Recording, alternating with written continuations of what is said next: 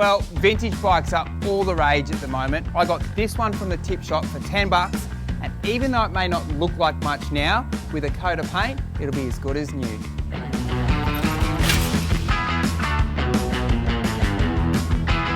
I'm going to start by taking apart what I can, and anything that I can't take apart, I'll just use a bit of tape. To prep the surface, I'm giving it a quick sand and a wipe over with White Knight Rust Guard solvent, and treating any rust with the Rust Guard Rust Converter.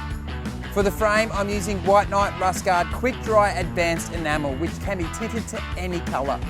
I've gone with Taubman's Summer Sun, a muted yellow, to give the old girl a good freshener.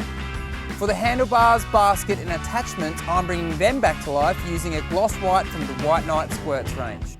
Well, that's all the parts painted. I'm absolutely loving the yellow and white combination. Now, just got to work out how it all goes back together.